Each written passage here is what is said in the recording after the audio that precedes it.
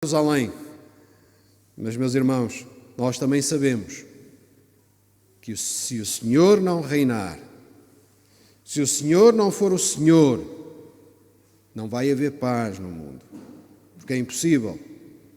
Porque o príncipe da paz tem que ser o Senhor da humanidade, para que realmente exista paz no mundo.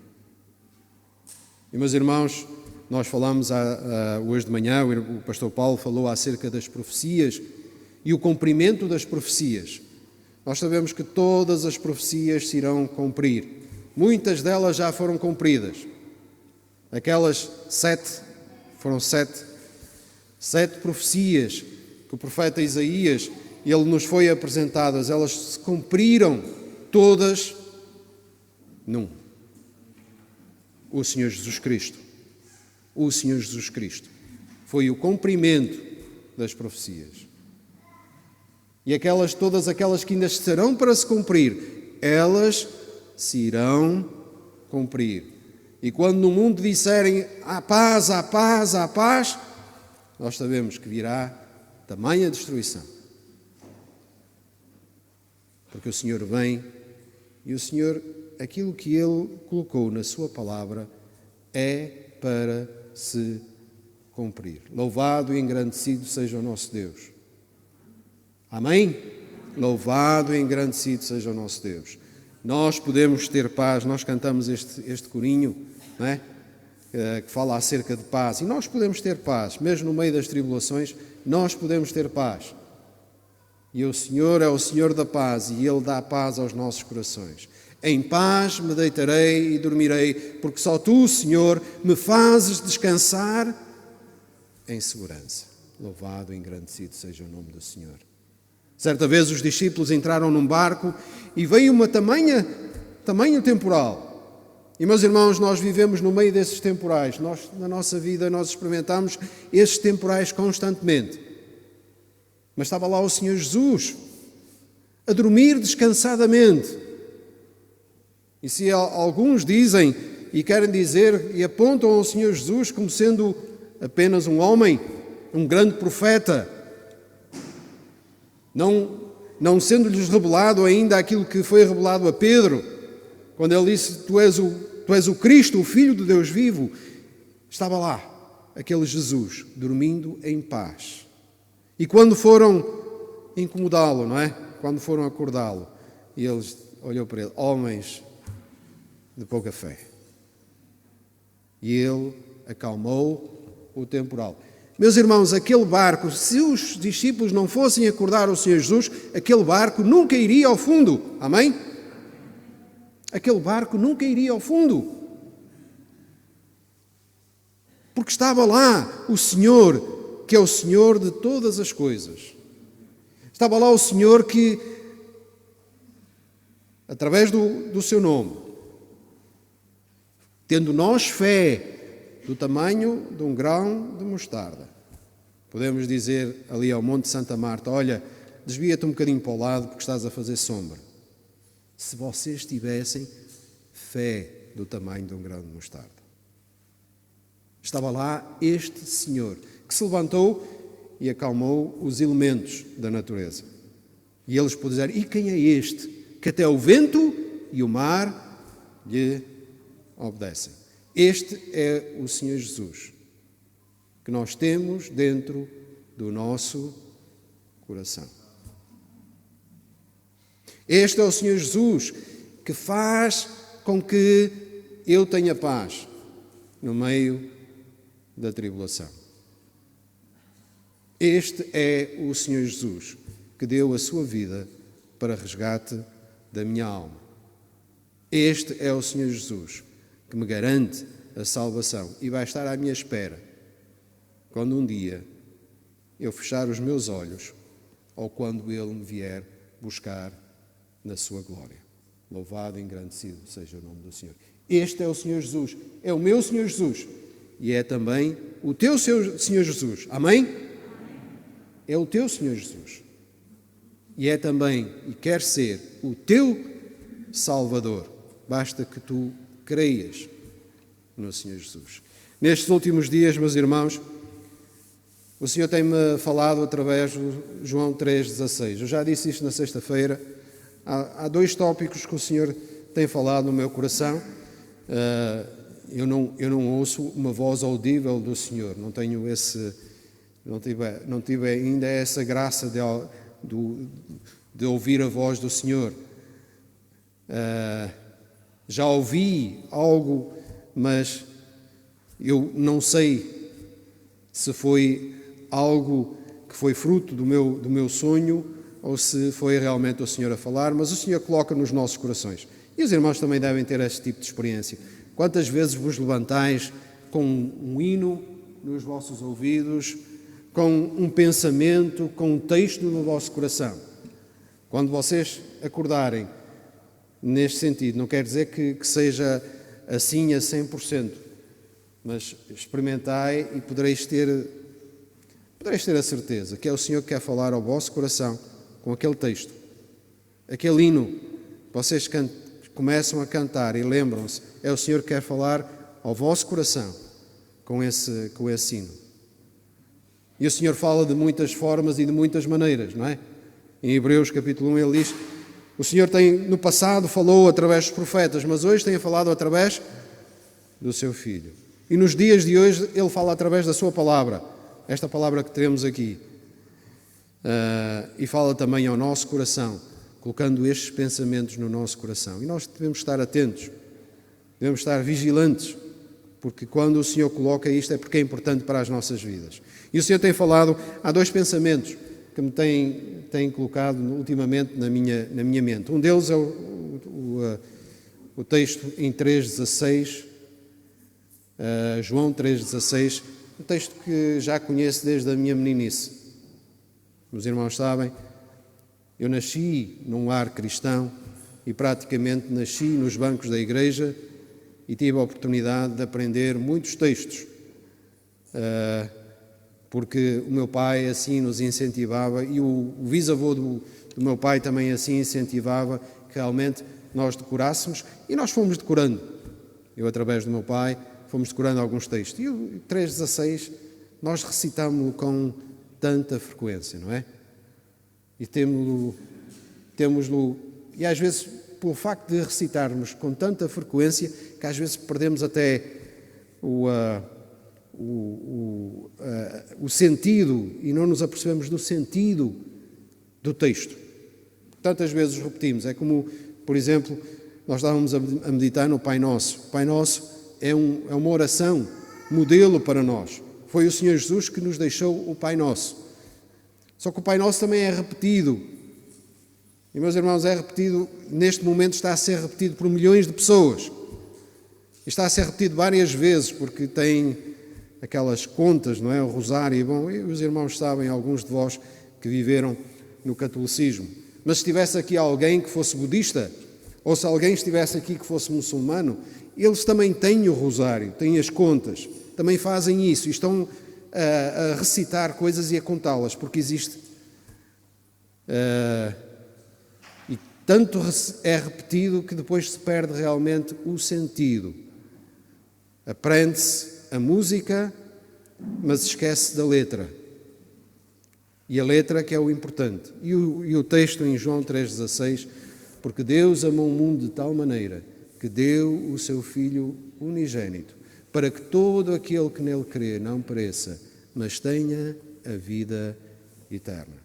E, meus irmãos, este realmente é o sentido do Natal. Este texto é o cumprimento das profecias. O Senhor teve a necessidade de dar falou com Isaías, falou com Jeremias, falou com os profetas e foi-lhes dando estas indicações, palavras do Senhor, que foram transcritas e preservadas até ao dia de hoje, anunciando a vinda do Messias. E João teve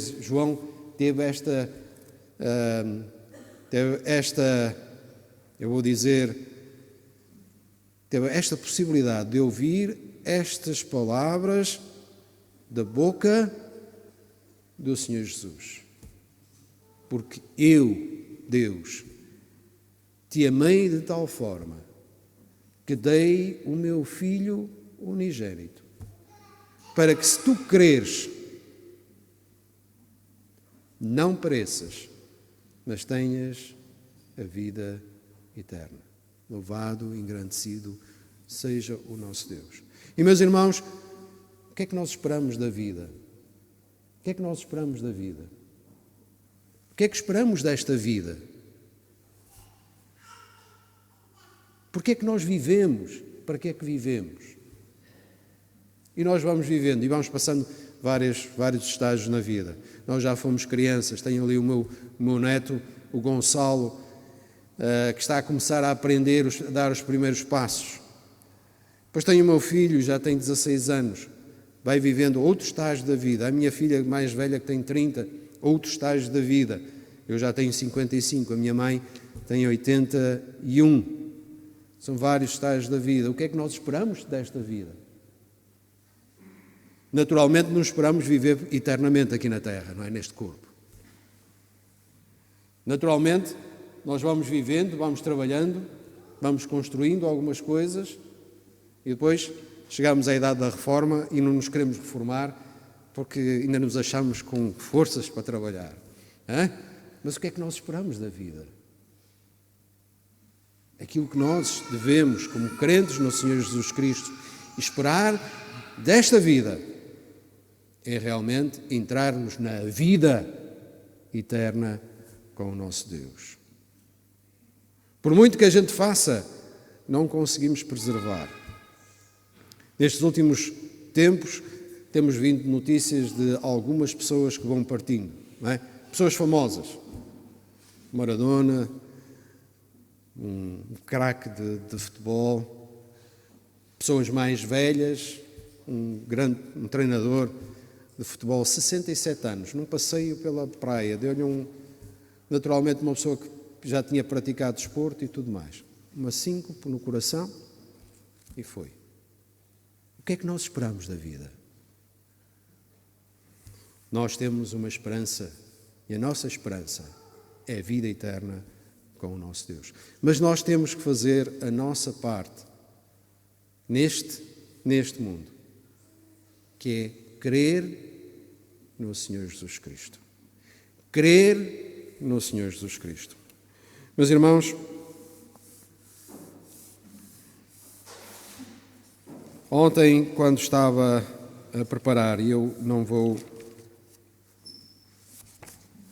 ser bastante breve, quando me estava a preparar para falar, estive a mexer em alguns papéis e encontrei alguns papéis do meu pai. Eu só vou ler um texto que era escrito por ele,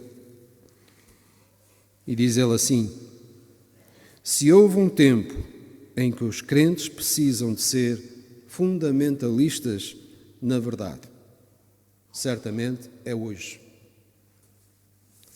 Vivemos numa sociedade que rejeita a verdade absoluta e que aceita qualquer opinião como se tivesse o mesmo valor. O pluralismo, ou a nossa sociedade, criou uma cultura muito confusa. O sincretismo, isto foi uma palavra que eu tive que ver ao dicionário, porque meu pai às vezes usava palavras que eu não entendia. O sincretismo e não o ceticismo é o nosso maior inimigo. O sincretismo, eu tive que procurar o que é que isto significa. Significa que é uma forma de pensamento em que está a crescer cada vez mais dentro das igrejas evangélicas e dentro do cristianismo, que é o trazer do mundo, de outras doutrinas, pensamentos que não são pensamentos fundamentalistas da palavra de Deus. E realmente, este é que é o grande perigo do cristianismo de hoje. É o mundo entrar dentro das igrejas com pensamentos, ensinamentos e filosofias humanas. E este é realmente o perigo para os nossos dias. E, meus irmãos, por isso nós temos que ser fundamentalistas. Temos que ter a nossa fé completamente baseada na palavra de Deus. As filosofias modernas, a ciência, ela não se deve sobrepor à palavra do Senhor.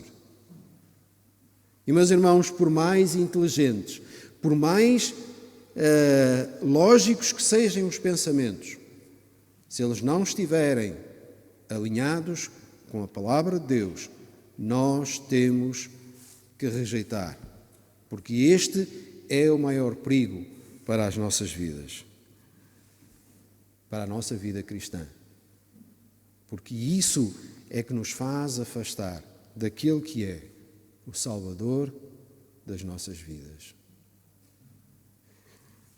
Nós vamos abrir, não querendo demorar muito mais, vamos abrir em Isaías capítulo 55 e vamos ler o capítulo 55 de Isaías. Ele é dirigido para aqueles que têm sede. Nós temos ali a água lá fora, muitas vezes alguns de nós necessitam de beber água, mas não é esta água, a água que é bebida uma vez e que depois passamos a ter sede. O Senhor Jesus falava acerca daquela água à mulher samaritana, aquela água que se tu beberes, nunca mais terás sede, não precisas vir mais à fonte, porque tens a fonte dentro de ti. E é aqueles que têm sede, aqueles que buscam, porque aqueles que buscam, encontram, não é? Aqueles que batem, abrir-se, a porta se abre. É necessário realmente esta busca no nosso coração. É necessário o reconhecimento da necessidade, porque enquanto que nós não reconhecermos que somos pecadores, que necessitamos de um Salvador, nós nunca seremos salvos. Por isso mesmo o Senhor Jesus disse: eu não vim para os sãos, eu vim para quem? Para os doentes. E ele não estava a falar da doença física, ele estava a falar da doença espiritual, que é maior cancro e para a qual não existe vacina a não ser o sangue do Cordeiro. E diz assim o Isaías capítulo 55: ó vós todos que tendes sede, vinde às águas. E os que não têm, tendes dinheiro, vinde, comprai e comei. Vinde e comprai sem dinheiro e sem preço, vinho e leite. Porque gastais o dinheiro naquilo que não é pão, e o produto do vosso trabalho naquilo que não pode satisfazer. Ouvi-me atentamente e comei o que é bom, e a vossa alma se deleite na gordura. Inclinai os vossos ouvidos e vinde a mim, ouvi, e a vossa alma viverá, porque convosco farei um concerto perpétuo, dando-vos as firmes beneficências da vida. Eis que o dei como testemunha aos povos, como príncipe e governador dos povos. Eis que chamarás a uma nação que não conheces, e uma nação que não te conheceu correrá para ti, por amor do Senhor teu Deus e do Santo de Israel, porque Ele te glorificou. Buscai ao Senhor enquanto se pode achar. Olhaste para ali ou para ali? E invocai-o enquanto está perto. Deixe o ímpio o seu caminho e o homem maligno os seus pensamentos, e se converta ao Senhor, que se compadecerá dele. Louvado seja o nome do Senhor. Torne para o nosso Deus, porque grandioso é em perdoar. Louvado seja o Senhor. Grandioso é o Senhor em perdoar. Aquele que o busca, buscai ao Senhor enquanto se pode achar. Invocai-o enquanto está perto, porque Ele é grandioso em perdoar. Porque os seus pensamentos não são os nossos pensamentos, os vossos pensamentos, nem os vossos caminhos, os meus caminhos, diz o Senhor. Porque assim como os céus são mais altos do que a terra, assim são os vossos caminhos, os vossos caminhos. Não, eu acho que cometi algum erro. Porque assim como os céus são mais altos do que a terra, assim são os meus caminhos mais altos que os vossos caminhos, e os meus pensamentos mais altos que os vossos pensamentos.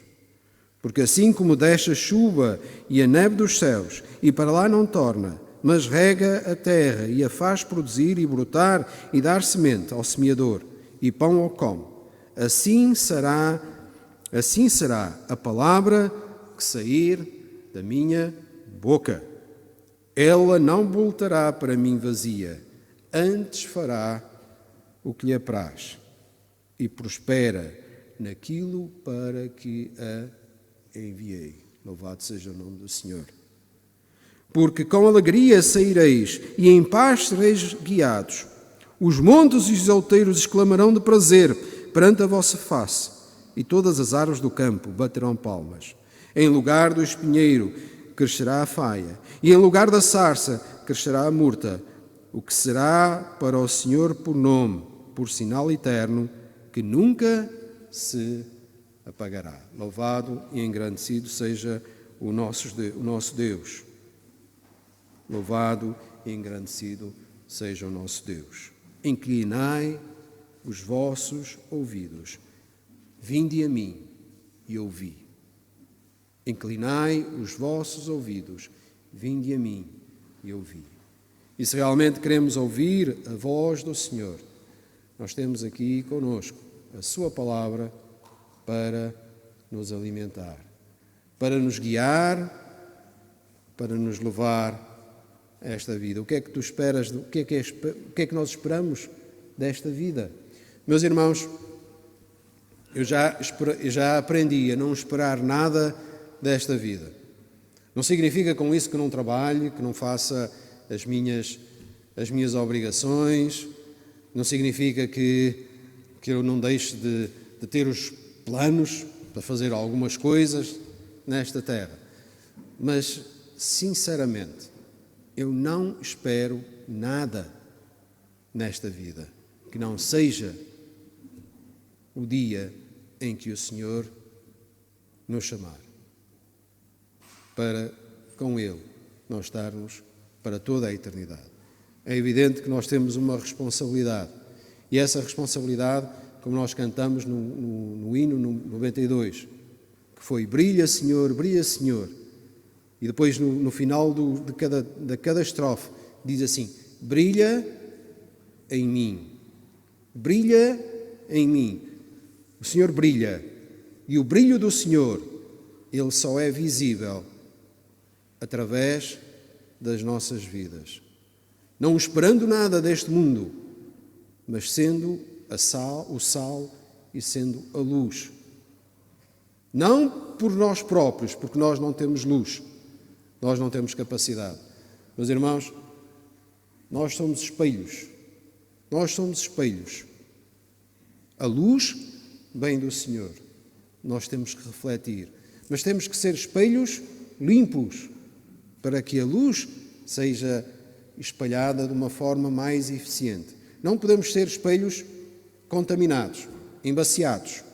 Temos que estar limpos. E o Senhor espera isso de cada um de nós, para que realmente possamos anunciar as virtudes daquele que nos chamou das trevas para a sua maravilhosa luz, para que possamos anunciar. E, meus irmãos, nós vamos agora passar à ceia do Senhor, e uma das